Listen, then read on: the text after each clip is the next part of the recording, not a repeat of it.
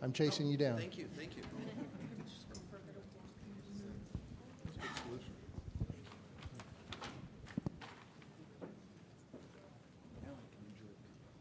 Okay, so let's get on to our next speaker here. I don't think I'm actually going to try and pronounce his whole name. I did ask him how to do it, and he said, good luck. So he's going to present on hydraulic dewatered stacking. It's Winston, and I'm going to let you do the rest of it, if that's okay. He's a technical director with Jones & Wagner and has 17 years of experience in civil engineering. Thanks.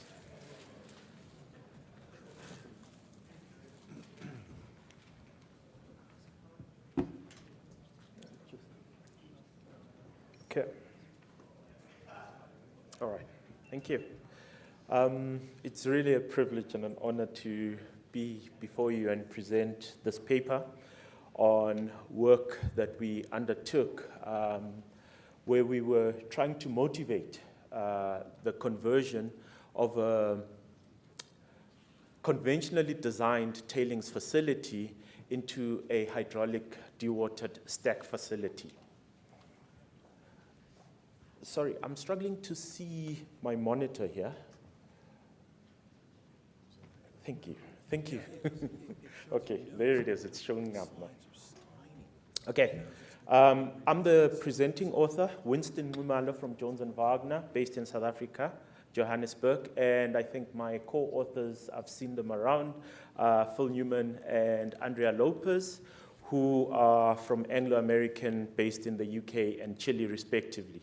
This was part of a bigger project that we undertook, and there was several contributing individuals.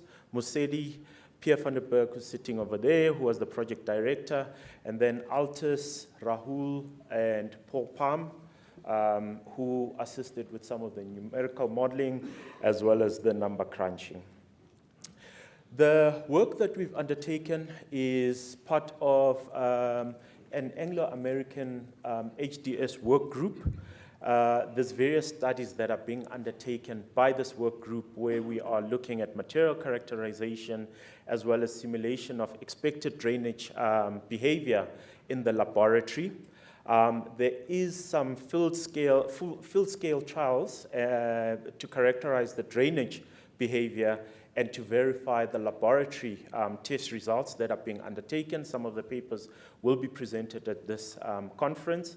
These typically do not extend to the design of full-scale HDS facilities. So we were at the time concerned when we start implementing this HDS technology or deposition methodology on full-scale facility, what would be the constraints, what would be some of the risks associated with that.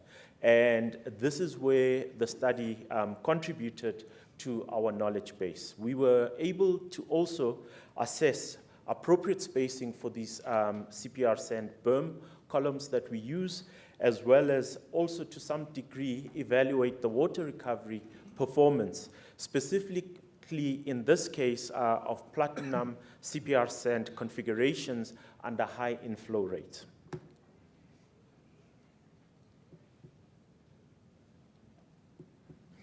Okay.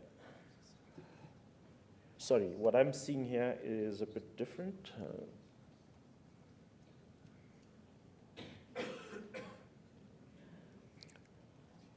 Okay, I think this,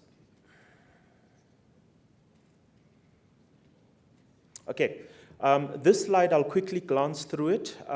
Some key concepts of what we are looking at in terms of the hydraulic dewatered stacking. The coarse particle recovery part is not really what we are looking at from a tailings point of view. The motivation for CPR is really to extract extract additional product from the material. It also improves water consumption. The result of the CPR is that it creates a bulk concentrate which can be further processed, and we are able to increase our efficiency and extraction. And then it also generates a coarse reject material. This is the CPR sand, which we cold dispose or pump towards a TSF together with our tailings facility, our normal tailings. The CPR sands are typically characterized by low fines content, typically 5%, less than 5%, passing the 75 micron. And with that, then we come to the hydraulic dewatered stacking, which is really just about co-disposing the coarser fraction with your fine tailings within into a set configuration. And what this allows us to do is create preferential drainage paths within your tailings body. And this has a huge potential of increasing and improving consolidation, as well as improving the recovery of water from the in situ settled tailings.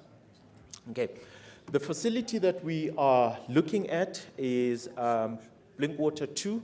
There's an existing facility in Mogalakwena, South Africa, which is in the northern province, one of the northern provinces in South Africa. CC rating is extreme. It's a waste rock impounded facility. Peak tailings throughput of 14.2 million tons per annum, annual rate of rise of 6 meters, as well as a total capacity of 114 megatons. So just to move you to the left there, what you can see is the existing facility, which I've indicated there on your screen. And then just to the north of that is the actual Blinkwater 2 TSF that we are looking at. So what is important to note is that there was a design process that was undertaken for the Blinkwater 2. What we were looking at is, could we and how feasible would it be to transition this facility to a HDS deposition methodology? What you are looking at the bottom there is actually the a cross-section, a typical cross-section through your through one of the walls, starting off with that highlighted area, which is the starter walls. And behind that starter walls, what we do have is we've got waste rock impoundment, which will be deposited by the mining fleet. This forms part of the waste disposal planning that we've involved the mine. Then in order for QA/QC, what we do have is we've got intermediate waste rock so that we can manage and control the quality, and against that we are butting the interface layer. Okay, so this was a big study that covered quite a lot of aspects of HDS. In this presentation, I'm really going to focus how we went about looking at the CPR sand configuration, and then later on the water balance. The study was based on the presumption that the flow regime is omnidirectional and in nature and occurs in the 3D space. So we then went about to build a 3D finite element model in FE flow, where we ran several iterations of different configurations that were evaluated. There's quite a lot of assumptions that went into building these models and that were considered. What I think just what I felt was relevant to highlight in this session is there were certain decisions that we took on the effect on permeability from the consolidation of the tailings, as well as the effect on the permeabilities due to variability of saturation. We did not include that, and we are aware that that would have led to conservative estimates of the water that reports to our sand drains. With this modeling, we were able to simulate the omnidirectional flow regime and also get a better understanding of the hydraulic interaction between tailings and the CPR sand, both in the short term, so as you deposit relating to the pool, and then in the long term during your consolidation phases. There were several models that we built with this, And there's 3 cases that were investigated. Case 1 is your typical, you've got an impoundment, and you've got your tailings only. This is considered as the base case. And then case number 2, where we start introducing these vertical CPR sand drains in the facility and only consider the vertical sand drains, which is indicated by that vertical channels schematic that you see. Then case 3, we introduced horizontal sand layers because we wanted to intercept the vertical flowing water. So various configurations, 40, 60, 80 meters, somewhat arbitrarily selected in discussion with the team. This next slide is illustrating the CPR sand results that we obtained through the finite element analysis that we did. Just consider the tailings only is case 1, then it's case 2 with the vertical drains, and then case 3 also included the horizontal drains. One of the important things is that a big constraining factor is availability of the CPR sand. We generate the CPR sand as we process in the plant. So the first case 1 results there, maybe to draw your eyes to the middle section of the presentation. The first block there where you see the big orange block with no paddocks, the white line represents the pool which formed, which was on top of our tailings. Then to come to the middle, which is our case 2, we had several paddocks that we constructed in this facility, and we built the model, and we could consider 80, 100, 40, and 60 spacing. I can see the scale is not that great, but the 2 middle sections represent the 40 and the 60 meter spacing. And you can see we were able to draw down, the white line represents your phreatic surface. We were able to draw down a bit on the 40 and 60 meters. And then when we introduced your horizontal sand drains, we drew down the water quite substantially. Then some of the findings from this is, considering case 1, case 2, and case 3, we managed to develop a phreatic surface with the case 1. And then when we considered case 2 and case 3, we found that the inclusion of these vertical CPR sand drains did affect our phreatic surface. And in the case of case 3, the phreatic surface was substantially lower when we compared it to case 1 and case 2. However, as soon as you start introducing these horizontal sand drains, you are constrained by availability of your CPR sands. So this, what we found, was a prohibitive constraint in the implementation of horizontal sand drains. Further investigation and modeling and simulation indicated to us that the 40-meter and 60-meter spacing was ideal. But once again, you will see in all the various iterations and configurations, this was very difficult to achieve because of the availability of CPR sand. The other aspect is we were looking at replacing a typical standard penstock with drawing water from the facility, relying only on these CPR sand berms. In the early stages, we found that the hydraulic gradient that is developed is not adequate, and therefore this was resulting in low outflow rates from the facility and was resulting in pool buildup.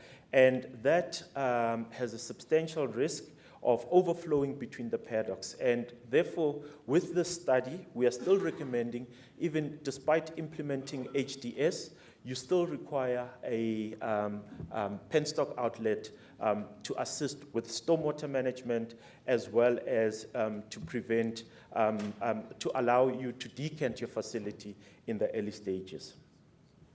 The second part of the work that we undertook was we needed to find and consider various options of configuration as well as for this facility.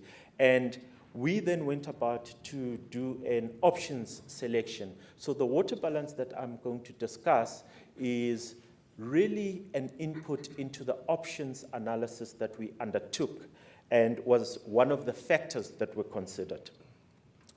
Maybe to draw your eyes to the background section, the water balance is an input into our options evaluation and is intended purely as a comparative water balance so that we could understand which option would perform better. We had agreed with the design team and the client to base it on monthly time steps, and we generated stochastic rainfall at a monthly, which was aggregated to monthly time steps as well for the life of mine, the 10-year period. There were some assumptions which are discussed in detail in the paper. I've just highlighted them there. But the two options, option 1 and option 2, came out of a number of options that we were analyzing and that we considered. And just some, to highlight some of the differences, option 1 has got 8 compartments. The CPR sand berms are constructed from the outside of the facility inwards and towards the centroid of this facility where we do have a penstock inlet. What is important to note is that our CPR sand berms are concentrated on the outside. We expect to build the pool towards the center. So our berms are not, the density is not aligned with where we expect our pool. That was what we found as one of the major drawbacks with this option. Option 2 does somewhat overcome that. We construct a middle access hold road, or divider hold road as we termed it, and there is 2 penstocks in the middle of the facility. And then what we do is we are able to construct the CPR sand berms from this divider hold road towards the outside. The huge advantage of this as well is that you are able to work inwards from this divider wall towards the outer walls, and we found this to be a significantly more favorable configuration. It was considered very onerous working from the outside. You've got quite a long radius that you need to cover, and the contractor having to continuously work from one side and continuously working around the facility is one of the constraints that were considered as well. The setup, I'm quickly going to just maybe run through this, but first to bring your attention to the mine process flow diagram. I did mention earlier that one of the things that we were considering was flow under high inflow, what was the performance of HDS under high inflow rates. At some point when we were undertaking the study, we were anticipating 3 process plants reporting to this Blinkwater 2 facility. So we do have a CPR plant that is under commissioning at the moment at the north concentrator, which is that MNC that you see on the screen there. There's another existing facility, which is MNC, or North Concentrator, and then at the time there was a plan for a 3rd concentrator, M3C. And then with the CPR sand, CPR plant within our MNC, we then generate our CPR sand as well as the fine tailings stream reporting to that facility. The top left corner is just showing the flow diagram of how we went about splitting the water and the inflow. So maybe just to highlight there is we've got 3 inflows: your precipitation, your fine tailings slurry, as well as the water within the CPR sand slurry. I want to highlight maybe that we've got the top leg, which is the waste rock wall. Some of the water or the percolation from a precipitation reports directly to the waste rock wall, and with that, what we do have is that there's a separate system that collects the CPR, the waste rock wall, the water that reports to the waste rock wall. Okay, to come to some of the results and the findings, the right-hand side graph that you see there is really showing the inflows. So in both option 1, option 2, or all the options, the inflows were exactly the same. Orange demonstrating the water from your tailings, that yellow water from CPR sand, and then the blue is water from your rainfall. And the gray is representing total inflow, and you can see there's some white area or missing water, and that's the water that actually reported to the waste rock wall, which amounted to 9%. All in all, when we looked at it, about 60% reports to the pool, 33% reports to the settled tailings. This slide is really showing the results of what happens to, at the top, the two top graphs is your pool water, option 1 and option 2. So the main difference that you will see there is the yellow on the your right-hand side is the yellow. And you can see that with option 1, because of the concentration of the CPR sand towards the outer side or the outer edges of the facility, we were generating substantially larger pools. And that resulted in additional pool evaporation. The bottom graph is showing the outflows from the settled tailings. And just maybe to highlight, if you follow the gray line and you compare the left and the right at the bottom, you will see that with option 1, we abstracted just under 14 million cubes. And with option 2, we were abstracting just under 25 million cubes of water. And the blue is illustrating how much water we were abstracting from within the tailings body. And option 2 performed substantially better. I'll quickly run through this. You can see that there were the base case, option 1 and option 2, which I've just discussed, and the water that was recovered in option 1 amounted to plus minus 70%, and with option 2, we had about 82% water recovery, and in the base case, there was about 60%. So option 2 was recommended as the preferred go-forward option. It had the advantageous BIM location and optimized wicking and abstraction from our facility. We had higher operation safety because we could access the facility from a designed haul road that ran through the center of our facility, and the higher water recovery. Some concluding remarks then on this is HDS is a significant deviation from current water recovery strategies. It enables water recovery from both supernatant and interstitial water by creating these preferential paths and shortening the drainage paths. And we still believe that it does lead to a comparatively drier facility compared to conventional facilities. However, the one prohibiting thing that when I started, I mentioned that we were trying to motivate for conversion of a facility is the cost. Currently, the business case is not yet positive. It does cost more. And in this case, we needed to install additional pump stations and additional pipelines. Furthermore, typical spacing of 60 to 40 meters is preferred. However, this is very difficult to achieve. There are some positive closure benefits to this. We do discuss it a bit more detail in the paper as well. Some other risks, this is my final slides, I apologize.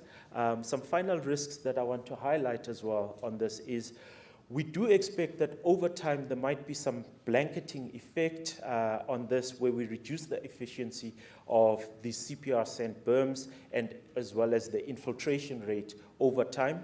This is something that we need to look at, and there is some investigations into that. And then also stormwater management is a big risk. There is a risk of overtopping into your various compartments or your paddocks. And availability of CPR sand, throughput, and placement rates are a huge constraint to how we construct these facilities at the moment. Thank you.